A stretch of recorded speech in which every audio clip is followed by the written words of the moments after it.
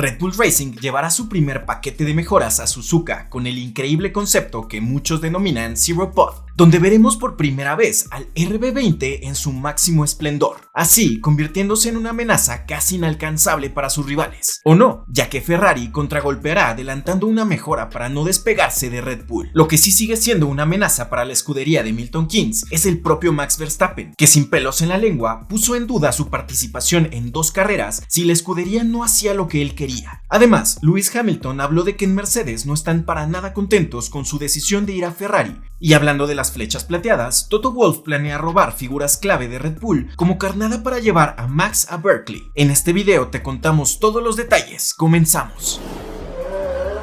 Un Red Bull Zero Pod en Suzuka, lo que vimos en los primeros 3 grandes premios puede haber sido una versión temprana del Red Bull RB20 provisional ganador. Ya lo habíamos adelantado tras la presentación del coche de Milton Keynes y su primera gran actualización llegaría a Suzuka. Las misteriosas palabras de Max Verstappen también lo confirman. El holandés, al que se le pidió que confirmara sobre estas posibles actualizaciones del RB20, respondió: "Bueno, el color será el mismo, pero ya verás". Son las palabras que dio el holandés a Planet F1. Luego comentó acerca del Gran Premio de Japón. Verstappen explicó: "Hasta ahora ha ido bien, pero por supuesto cada uno tiene características diferentes en sus coches, por lo que no es un hecho que seamos realmente competitivos como el año pasado. Estoy entusiasmado, es un tema que me gusta mucho. Sé que tengo confianza en el coche, me siento bien. No deberíamos haber conseguido la pole en Melbourne, pero las vueltas que hicimos fueron realmente buenas. Así que solo quiero volver a tener un buen fin de semana y sentirme bien con el coche. Cero vainas de Mercedes. Esta obra de ingeniería no es Zero Pod". Según rumores llegados desde Inglaterra, Red Bull inaugurará en Suzuka unos pontones que recuerdan a los que Mercedes no pudo hacer funcionar en el pasado. Por lo tanto, el GP de Japón debería ser el primero para Red Bull con la filosofía Zero Pod, es decir, un coche sin toberas laterales. El propio Adrian Newey en 2022 se mostró preocupado por el margen de desarrollo de los proyectos de Ferrari y Mercedes,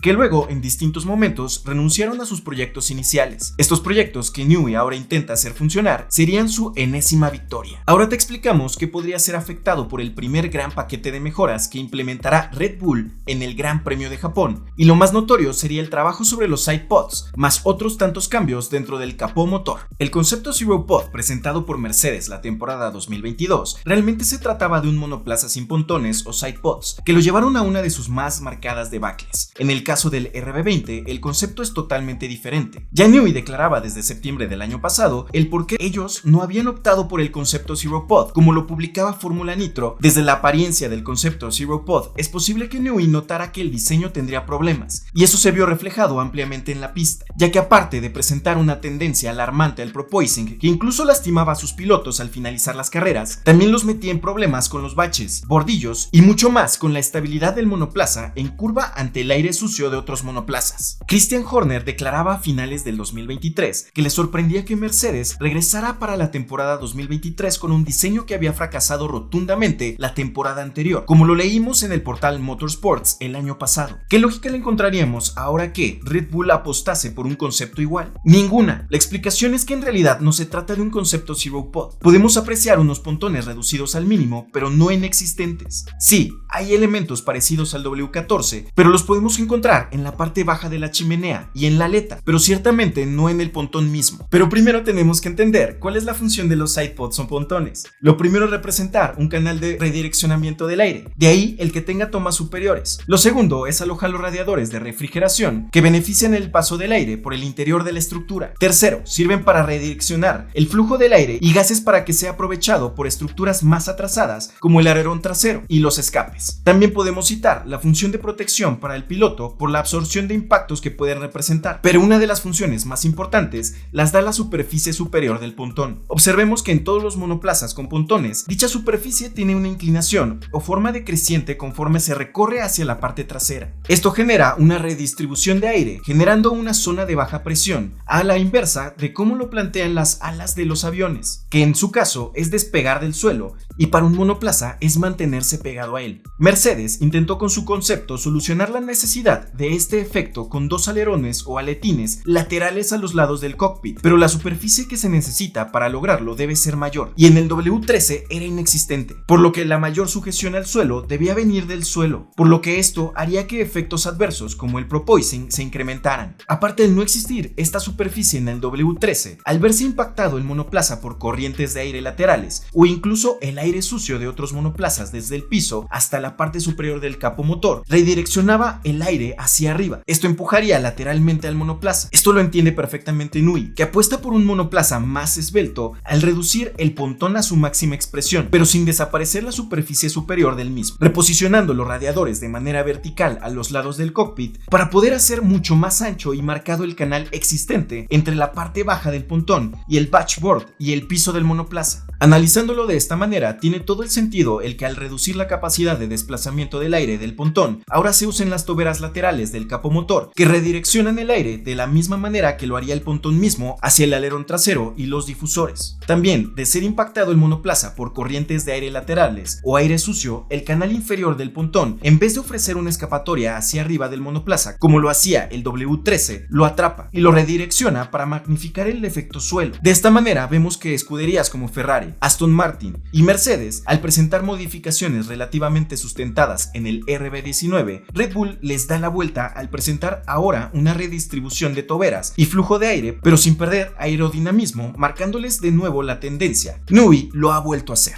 Ya antes mencionaría a Pierre Bache que no se trata de copiar por copiar, que el RB20 se trata más de entender cómo cada aplicación o elemento funciona en conjunto, por lo que adhiere las toberas superiores para compensar la reducción del pontón. Así que no solo hay que concentrarnos en lo que parezca copiar, sino en la repercusión que tiene en un conjunto con los demás componentes aerodinámicos de todo el monoplaza. Por eso creemos que Checo se siente tan ilusionado con la posibilidad de participar más activamente del desarrollo del monoplaza, ya que como pocos pilotos en la parrilla sabemos que es un piloto que al entender el lenguaje técnico de los ingenieros, ofrece retroalimentación que otros pilotos no pueden. De ahí que él sea el principal protagonista de test pre y post temporada, mientras Max se disociaba de manera anticipada al terminar la temporada para los Bulls, y Checo se quedaba trabajando un poco más en Milton Keynes y en pista. Gracias a todo esto, ahora tiene mucho más sentido el miedo que pudiesen representar en el clan Verstappen al atacar a la cabeza de la institución, muy probablemente queriendo recuperar la influencia que mostraran de manera tan marcada en 2022 y 2023, beneficiando el desarrollo del monoplaza en pro del estilo de conducción de Max, por lo que al recibir monoplazas sin paquetes de mejoras a inicios de las temporadas citadas, tanto Max como Checo tenían un desempeño un tanto más equiparable, situación que al evolucionar las temporadas y el monoplaza ponían en jaque al mexicano, dirección que Red Bull no estaba tomando de cara al 2024. Red Bull siempre va un paso adelante de los demás e identifica las debilidades de los diseños existentes para luego pasar a mejores soluciones que sus rivales. Red Bull y Newey ya contaban con un monoplaza dominante y en vez de optar por una evolución del concepto ya desarrollado, optan por proponer algo totalmente nuevo, siendo con esto la escudería que marca tendencia y relegando a los demás el ser meros espectadores en un deporte donde, como lo mencionara el mismo Wolff, no hay milagros. Así que Newey, Bache y compañía nos tienen reservando un gran premio de Japón con una segunda presentación del RB20, donde lo secundario sería lo estético. Veremos mejoras aplicadas en potencia y aerodinámica que prometen no volver a cederle las primeras posiciones a ninguna otra escudería, aunque Ferrari ya mostró los colmillos al haber apurado parte de su primer gran paquete de mejoras antes de Japón, y ya vimos el resultado en Australia. El encontronazo entre toros y cabalinos se antoja explosivo. Helmut Marko, al igual que Max, está muy confiado que con este paquete de mejoras Red Bull dominará a Suzuka. El asesor de Red Bull confía en que Max Verstappen vuelva a conseguir otra victoria en Japón. El austriaco anticipa un triunfo dominante del vigente campeón del mundo en Suzuka, una pista en la que dominó todo el fin de semana en 2023 y a la que llevarán algunas mejoras. El abandono de Australia puso fin a una racha de 43 carreras seguidas en los puntos de Max Verstappen y al mismo tiempo a la de 9 victorias de forma consecutiva. Pese a su abandono, Max continúa como líder del mundial y el propio Marko espera que vuelva a ganar de forma dominante en Suzuka, donde ya se ha subido a lo más alto del podio en los 2 últimos años. No es nada especial y espero que Max domine de nuevo en Japón. Hemos hecho esto por toda la gente que ve aburrida la Fórmula 1 cuando gana Red Bull. El año pasado en Suzuka, Max fue mucho más rápido que todos sus rivales y vamos a llevar algunas mejoras ahí también. Por su parte, Ferrari no se quedó con los brazos cruzados y adelantarán una gran mejora esperada para el Gran Premio de Imola, para aproximarse a Red Bull cuanto antes. Ferrari está siendo la segunda fuerza en este inicio de temporada por detrás de Red Bull, pero necesita implementar buenas mejoras en su monoplaza para sostener esta lucha con la escudería austriaca y así seguir siendo la mayor amenaza de Red Bull. Aunque el cabalino rampante todavía no ha conseguido derrotar a Red Bull en las 3 qualis que llevamos hasta ahora, los italianos lograron firmar un 1-2 en Melbourne, gracias a la victoria de Carlos Sainz y la segunda posición de Charles Leclerc. A pesar de su gran victoria, Sainz está consciente de que todavía les queda mucho trabajo por hacer para igualar a los de la bebida energética, hasta que introduzcan una actualización lo suficientemente grande como para reducir la brecha. Nuestro coche ha funcionado muy bien este fin de semana. Sin embargo, va a ser muy difícil mantenerlo ahí arriba en cada circuito, hasta que traigamos una mejora para cerrar esa diferencia que vimos en Bahrein y en Jeddah.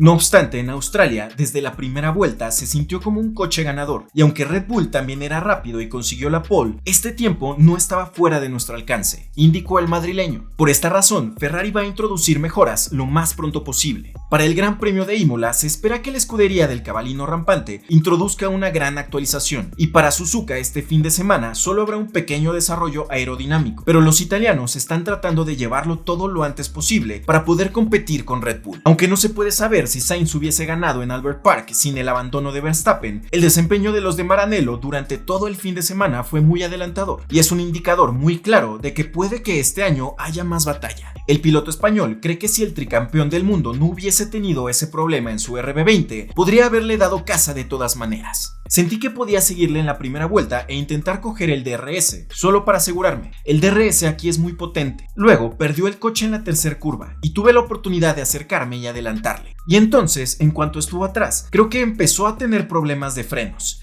Y eso fue todo para él. Una pena, porque creo que habríamos tenido una buena lucha por la primera posición, pero estoy contento por llevarme la victoria. Verstappen ha tenido muchas, concluyó Sainz. Hablando del piloto madrileño, Audi le ha dado un ultimátum a Carlos Sainz y exigen una decisión a mediados de abril. En un par de semanas, el futuro de Carlos Sainz podría estar más claro. El español de Ferrari, gracias a su victoria en el Gran Premio de Australia, es una de las piezas más preciadas del mercado de pilotos. La combinación de su no renovación con Maranello y sus últimas grandes actuaciones lo convierten actualmente en el nombre más atractivo de la parrilla de cara a la temporada 2025. El madrileño es de hecho el principal dominó de todos los demás asientos, con la única variable loca representada por la posible despedida de Max Verstappen de Red Bull. No es casualidad que el número 55 se ha vinculado con todos los principales equipos de la parrilla, desde Red Bull como heredero de Pérez, cuyo contrato expira al final de la temporada, de igual manera con Mercedes como heredero del asiento de Hamilton, hasta Aston Martin en caso de la salida de su compatriota Fernando Alonso. Pero Audi desde antes le había puesto el ojo a Sainz, quien como se sabe hará su debut oficial en la Fórmula 1 en 2026. La Casa de los Anillos quisiera definir su dupla de pilotos ya el año que viene, para empezar a preparar con antelación el terreno para su primera temporada en la máxima categoría. Los vínculos entre Sainz y el proyecto Sauber Audi son muchos. En primer lugar, la relación entre su padre Carlos y la empresa de Ingolstadt, con la que el bicampeón del mundo ganó Dakar el año pasado. Luego, para ocupar el puesto de CEO de Sauber estará Andreas Seidl, quien fue director del equipo McLaren durante la estancia de Sainz en el equipo de Woking.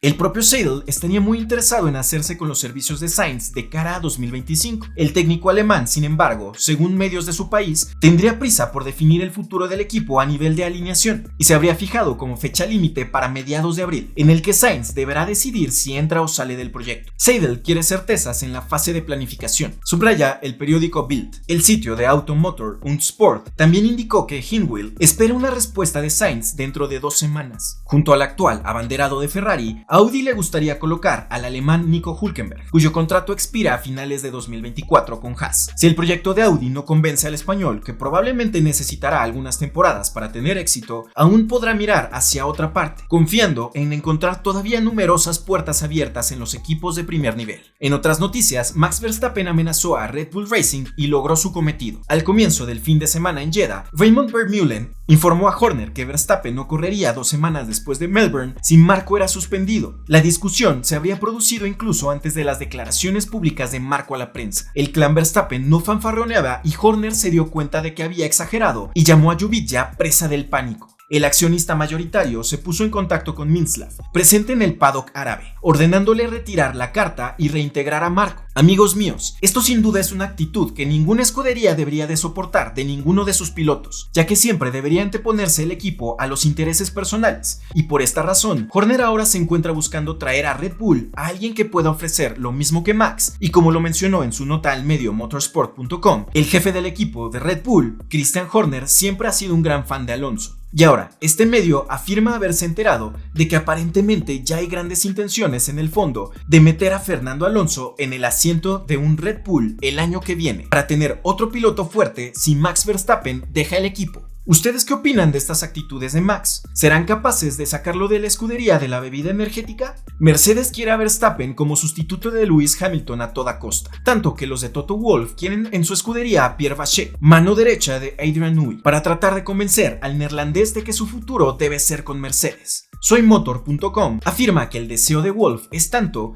que en el equipo de Brackley ya han pensado una nueva estrategia para tratar de atraer la atención del piloto y su entorno. Quieren contar con los servicios de Pierre Vacher, ingeniero jefe de Red Bull y mano derecha de Adrian Newey. Podría ser un elemento determinante, porque para Verstappen los conocimientos de Vacher son especialmente relevantes, y esta podría ser la forma con la que Mercedes quiere emparejar la oferta que Aston Martin le ha hecho a Newey, que también estaría relacionada en parte con la intención de seducir al campeón. El piloto que dio la nota el día de hoy fue Lewis Hamilton, ya que se abrió al 100% y comunicó que en Mercedes no tomaron para nada bien su salida de Mercedes, y además, 2 años después, reafirmó que le robaron su campeonato del mundo en 2021. Lewis Hamilton continúa lidiando con las secuelas emocionales de lo que él considera un momento de injusticia en el Gran Premio de Abu Dhabi en 2021. A pesar de las polémicas y las batallas legales que siguieron a aquel día, Hamilton destaca con orgullo su respuesta ante la adversidad, especialmente al reconocer y felicitar a su rival Max Verstappen. El GP de Abu Dhabi 2021 sigue siendo un punto amargo en la carrera de Hamilton. En las últimas vueltas de la carrera, cuando estaba en camino hacia una gran victoria y su 8º título mundial, una serie de eventos desafortunados cambiaron el destino de la carrera. La intervención del coche de seguridad y las decisiones cuestionables de la FIA permitieron que Verstappen con neumáticos frescos superara fácilmente a Hamilton en la pista. El piloto inglés declaró: